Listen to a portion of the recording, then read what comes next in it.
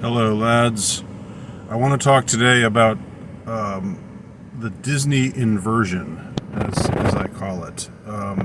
And we seem to be living in a world where things are increasingly upside down.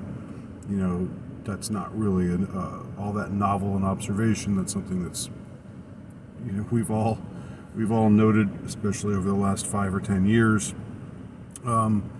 But I wanted to point out how this functions, this particular observation of reality, how it functions with regard to Disney. For those who I don't know, maybe don't have as long of a memory as I am, or who aren't as old as I am. I keep coming back to that. I'm sorry, I'm harping on my age a lot lately. I guess it's on my mind a lot lately. But I wanted to specifically hone in on Disney, and there are a lot of directions that one can take this. What role has Disney played? Not Disney the man, although maybe Disney the man himself too, but Disney the corporation, Disney the phenomenon. What role have they played in all of this?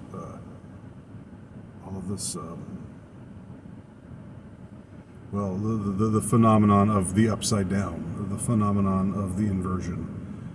What role have they played in creating the kind of world that we live in today, where up is down, down is up, male is female, black is white, and gay is straight, and so forth. When I was young, I remember. I don't think that it was not the high water mark for Disney as far as power goes. They didn't really. They'd sort of fallen off. They'd lost a lot of the clout that they had in earlier decades, and they were sort of living off of the fumes of their prior reputation. But like in the Disney in the '70s, when I was a little kid, was not really, as I said, a huge player in the game at that point. I don't know the year is that Walt Disney died. I'm sure somebody will know that and will supply that information in the comments below if you see fit to. I mean, I'm sure you can find it online. But in any case, I remember in the '70s, Disney, the word Disney was synonymous with virtue. It was synonymous with with goody goodiness. All Disney movies were G-rated. Every single movie was G-rated. They would never, ever, ever make a non-G-rated movie. I mean, Disney would just not do that. They would not do that. And so everything about Disney was wholesome and pure and clean, and that was the connotation that Disney had. Now, how much of that was true ever? Probably there was to a great degree. It was probably a lie from the very start, I'm guessing. But that was the connotation that Disney had, and that was why it was so shocking when Disney made a PG-rated movie, which came out in 1979, and it was called The Black Hole. You've probably never heard of it, but it's pretty epically bad. It's really terrible. If you like good bad movies, you might want to check it out. Although I myself haven't seen it since I was a kid. But it was space. It was very derivative. It was very Star Wars derivative. It was very even Star Trek derivative. It was like just ponderous and and silly, but they also had like little robots that were cute and uh, and it wasn't that great. I mean, it was just sort of it wasn't that great of a movie, but it was the moment when Disney made its first PG movie. Now, at the time, you could be PG. PG meant you could be raunchy. Today, PG is nothing. PG is like the new G. Today, nothing's rated G. I mean, I'm saying that hyperbolically. I know some things are. I know The Straight Story by David Lynch was G-rated, and that was like, wow, David Lynch made a G-rated movie back in whatever year that was, the late 90s, I guess. You know, but in the 70s, you could be PG and be bawdy and be profane and even have nudity, and so PG was not what it developed into today. When PG-13 became a rating, then that sort of PG-13 became roughly what PG had been prior to that. Although there are some PG movies that now I wonder wouldn't be rated R, or would come close to being R. So being if you were R rated in the 70s and 80s, then you were definitely like, there was sex and violence and nudity and it was much more like, ooh, it's rated R. At least as a kid, that was definitely the sort of aura that things had around that time. So then through the years, sometime I guess it was in the late 80s and early 90s, and I don't know the heads of the corporation. I don't know who came in and who made what changes and how any of that happened. But I guess with The Little Mermaid and Aladdin and like that time period, Disney became sort of a big thing again. It had a resurgence in the late 80s and into the 90s.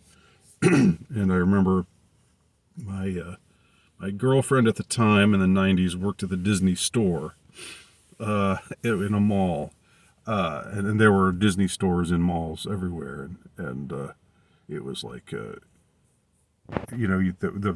kind of merchandising that you would expect. Anyway, so Disney had a resurgence, but it was kind of not the same as it was before. It was still wholesome, supposedly, and for kids, supposedly, but there was more of this kind of I don't know how to. Maybe what I'm talking about is a quality that had always been there. There's definitely a sensuality in to like a character like the Little Mermaid, or what's her name, Jasmine in Aladdin, and of course there were all the what came out later, all of the hidden things, all of the supposed subliminal messages, like in The Lion King, another movie of that same period. The dust getting kicked up and spelling out sex. The kind of things that you've probably seen if you're interested in conspiracy or interested in subliminal trickery and there being some kind of sinister, under the surface stuff going on. And I think they went back and even into old movies from like cartoons from the 50s and 60s, and there was some stuff there as well.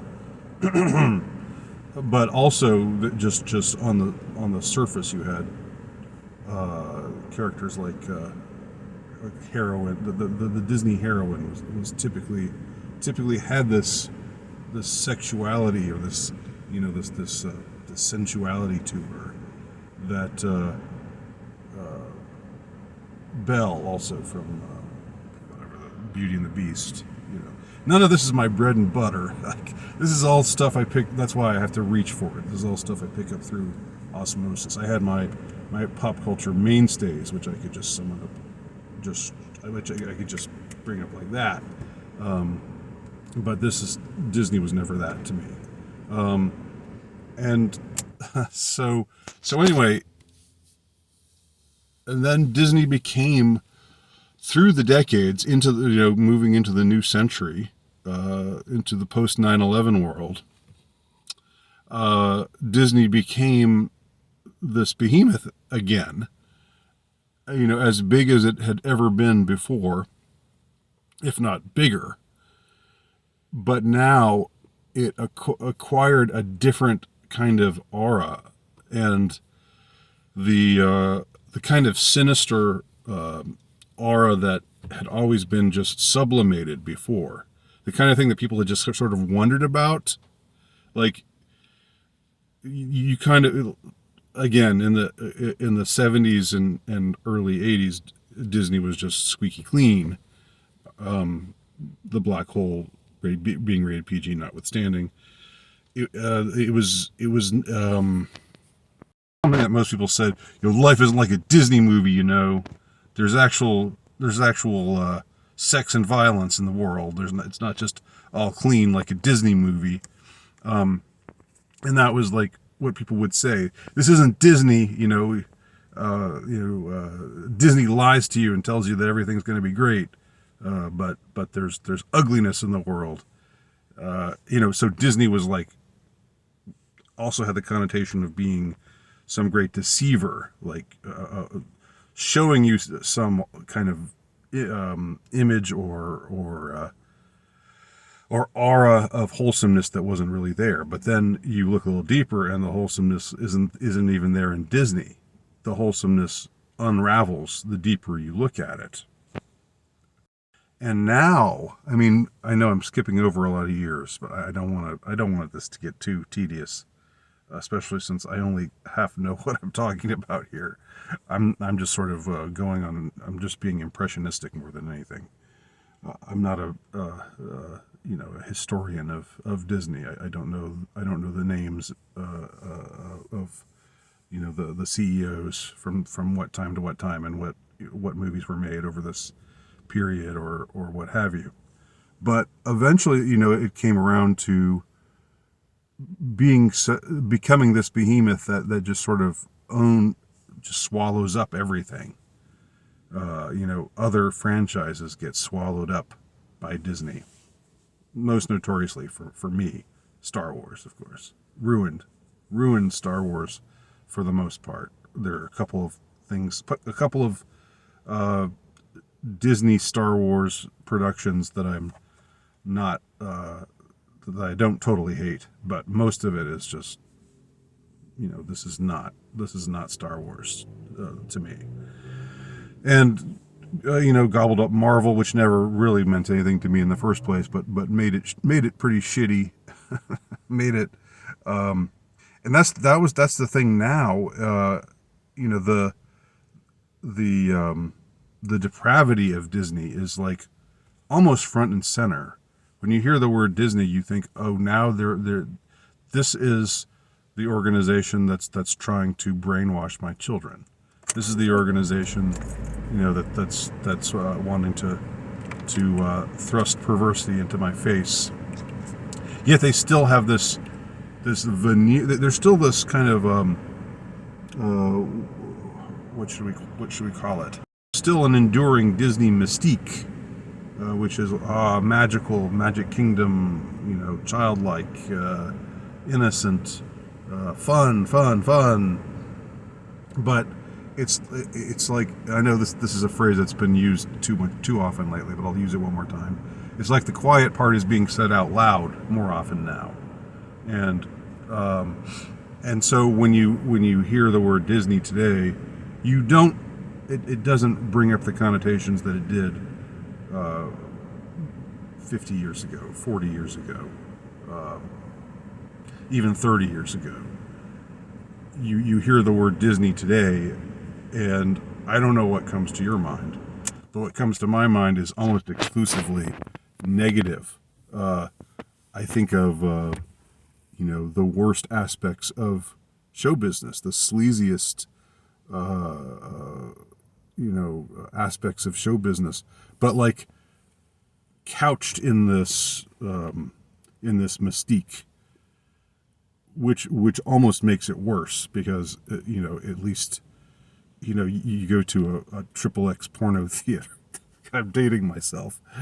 There's no triple X porno theaters anymore, but pretend it's 1987 again. You go to a triple X porno theater. You know what you're in. You know that this is smut. This is garbage. This is depraved. This is unwholesome. But with Disney, it's like it's all Disney. You get the impression is all of those things and is insidious. Extremely powerful, and it's like you want them to go away. But you can't get rid of them because, I mean, they're like the government. They're like all the enduring tyrannical things that we have today. They're everywhere, and seem to have a hand in everything, and everything bad, everything that is depraved and unwholesome, but also everything that's like slick and has all of those all of that veneer or sheen of quality, what we would call quality or production value, what have you. And so I don't even know what Disney is today. I mean, I don't know how it would define itself. Is it still like a place where kids are supposed to go and have fun? I guess that's what Disney World still is. Riding the rides and and the Disney characters, and that's still supposedly kids stuff. But I don't see Disney being defined that way. I don't see anybody really thinking of Disney that way. Disney is corporatism. It's everything that is rotten and despicable and wicked. Disney's basically a Disney villain. Disney is the evil stepmother now. Disney is extremely, extremely powerful, and it seems almost more defined by its power. It's defined by its power. Its ability to punch you in the nose, to punish you with its predominant perennial content, relentless content. And it's like we've seen the man behind the curtain, to use an example from a different era. The mask has slipped. We see what's there. We see the machinery behind it all, and it's the machinery of hell. And they know we see it. It's just like that Solzhenitsyn quote. They're lying. We know they're lying. They know we know they're lying. Yet they keep lying. They know we see it. We see it. They know we see it. Yet they keep persisting in being whatever the hell that it is they are, even though nobody really wants them around anymore. It's like they're just something you have to deal with. And so and so they're a big part of this whole just the inversion of everything. But again, the question is this just a question? Is this just an issue of the quiet parts now being said out loud, right? Just like my thesis is, as I've explained before in other videos, that everything, all of the all of the woke stuff. They didn't always call it woke, but they called it politically correct. All of the anti-white, anti-male, homosexuality in your face, depraved cats sleeping with dogs, all that stuff. The big push to normalize everything that was perverse didn't really start until the end of the Cold War. It didn't really start in earnest until the end of the Cold War, and then it was like they no longer cared. They like the powers that be, who wanted the average white American, because the average American was white, the average American family was white, and hence the most sitcoms were white, most commercials were white heterosexual couples, because that was normal. Suddenly it was like, we've turned against you now. We don't like you anymore. We want you to die. We hate you. We think you're the bad guys. You're domestic terrorists, and we're going to do everything to try to demoralize you. That really didn't start in earnest until the end of the Cold War, and it took a while to ramp up. It was there. It was present in the 90s even, but not to the extent that it became present later on. And Disney, it just seems to me, has played a major role in all of this, in everything that's happened over the past 10, 20, 30 years. So, submitted for your consideration. Please let me know your thoughts. Thanks for watching.